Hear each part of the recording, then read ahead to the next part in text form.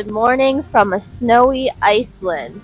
We woke up this morning and discovered, well, we knew it was going to snow a little bit overnight. So now we're standing with Kirkjufell that is dusted in snow compared to when we came in last night. It was covered green. So it's really cool. We got to see it both in white and in its green state.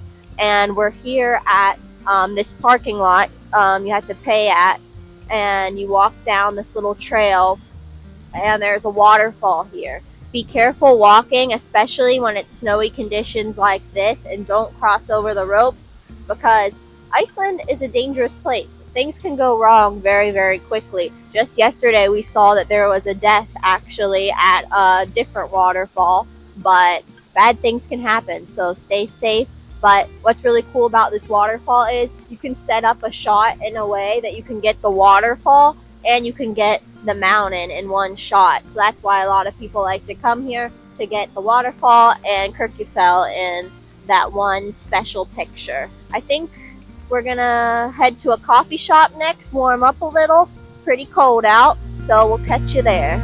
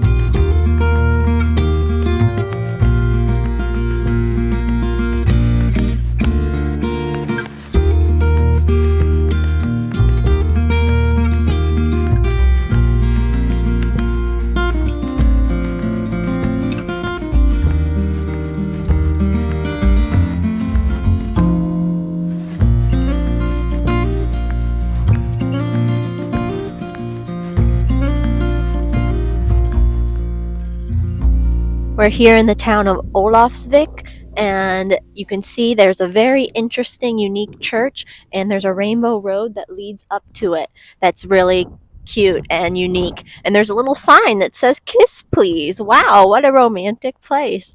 There's a couple rainbow roads in Iceland, but this one's really nice because it's such a small seaside town, and there's not too many people here. So really, really neat spot.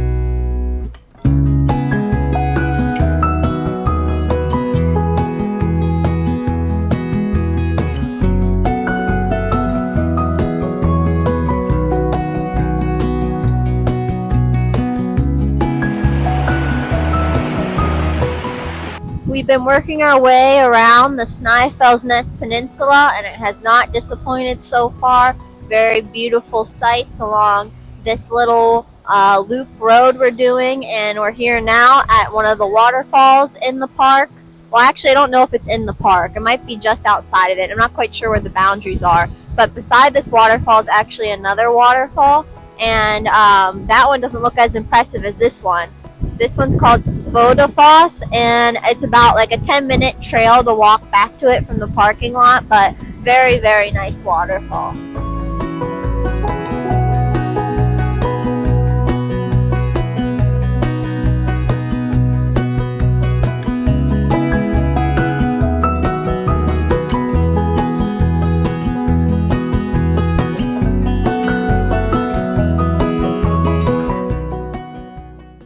We're here in this small town that has some very quirky and obscure murals. And some of them are very pretty, and then you have other ones that are kind of strange and spooky. And this one's really interesting because it tells some like local folklore, mythical stories, those kind of things. And the one behind us, it says that like the journey to the center of the earth was like set in Iceland. I didn't remember that, but they're saying it took place at the Snæfellsjökull Glacier, going underneath that. And then another interesting one here that I wanted to read off. I actually took a little picture of what the story said. Axlar Bjorn, I think, Iceland's most famous serial killer, was born in 1545 to a mother who craved animal blood during the pregnancy. As a young boy, he dreamt a dream of an axe. Later, he found it and became the weapon he used on all 19 of his victims, which he chopped to pieces and sank in a pond next to his farm. And then he was executed in the year 1600, and due to fear of him returning as a ghost, the locals, they dismantled and buried his body in 6 different and secret places in Snæfellsnes. So his body is scattered about these lands. Ooh, spooky. Perfect for October and the spooky month when we're visiting.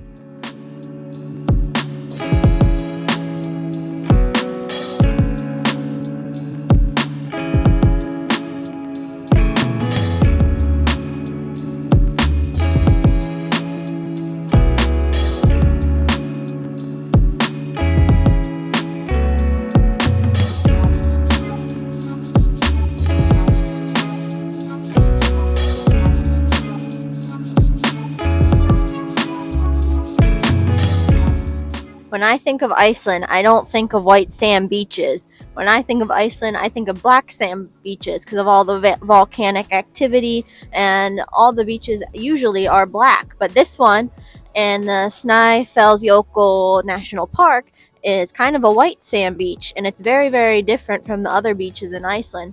And we found this cozy little rock enclave that we're staying out of the wind right now, and kind of a really neat spot. And just one thing I wanted to say about Snæfellsjökull, we're officially in the national park, and it got its namesake from Snæfellsjökull, which is a glacier-topped stratovolcano that is over 700,000 years old, and the last time it erupted was 1,800 years ago, so it is still active, which is kind of spooky. And also it's topped by a glacier. Like, what? A volcano topped by a glacier? So this is a really neat area. We're going to check a few other stops out in the national park, but here is the first one. The North Atlantic is angry, so if you come to Iceland, be super careful of the Atlantic Ocean.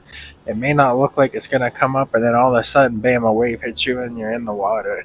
Lots of people have died like that, including on the south coast. I think it's called Black Sand Beach. We were there last time, and people die there constantly just because they don't realize all of a sudden, bam, a wave comes up and get them. So Iceland is not a place to mess around. Please be careful. You're better safe than sorry. And it's better to live than get a cool picture and then die in the process. So the ocean here is really crazy. We're being careful and staying away from it.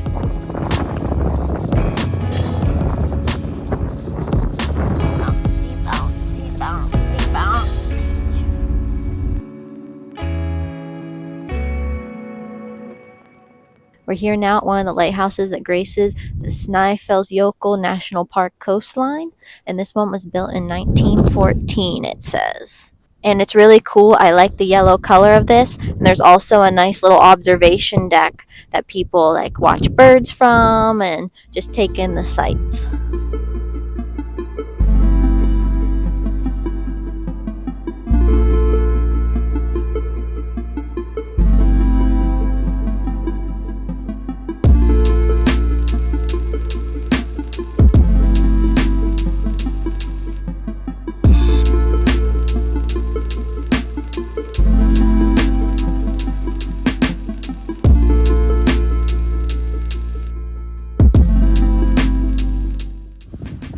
You can see there's another crater here.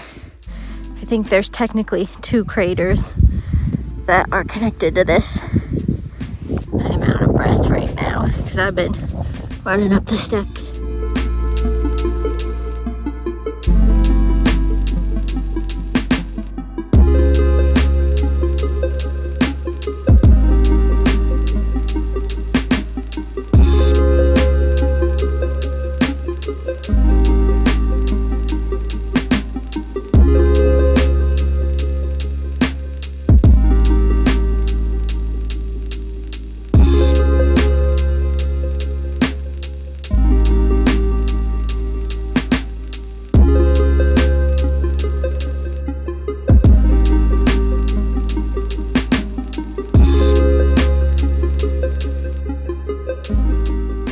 So we just went up to the Saxhóll Crater, which is one of the most popular craters here on the Snæfellsnes Peninsula and in the park.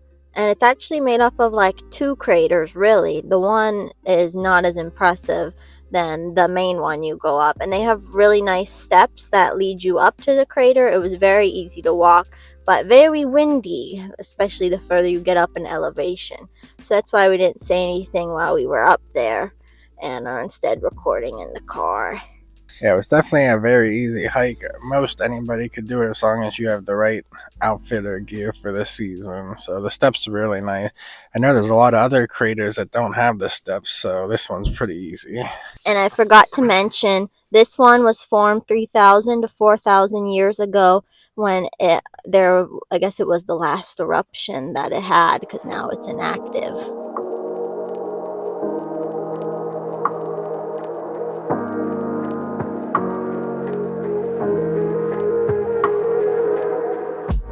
So we made another quick stop here in the park to this area that has a good bit of walking trails and a black sand beach, and there's like some remains, very very torn up remains of an old boat on the beach. But the beach is very big, but it's definitely a lot busier than any of the other places we've been. So not our top spot. They bring tour buses here, so it's a little busier. But if you want to see a black sand beach and you're only coming to this peninsula, this is the place to do it.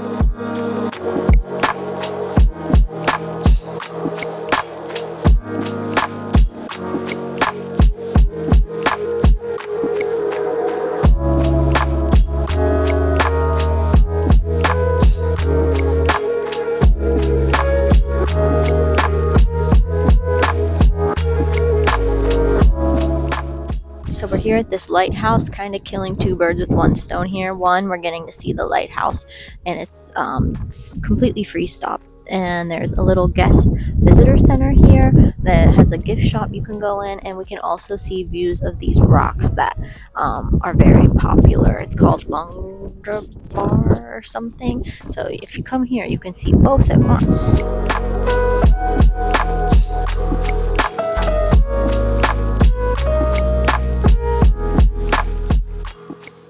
Another stop we made just outside of the park is a small town called Arnarstapi, and in this town is a very accessible walking loop you can do, where it just has some good coastal views of cliffs. And there's also this statue that is made out of rock, and it is of the guardian and deity of the Snæfellsnes Peninsula, which was kind of cool to see. But we didn't expect it to be as busy as it turned out to be. We don't have too many more stops here on the peninsula, but we're going to wrap up with just a few more.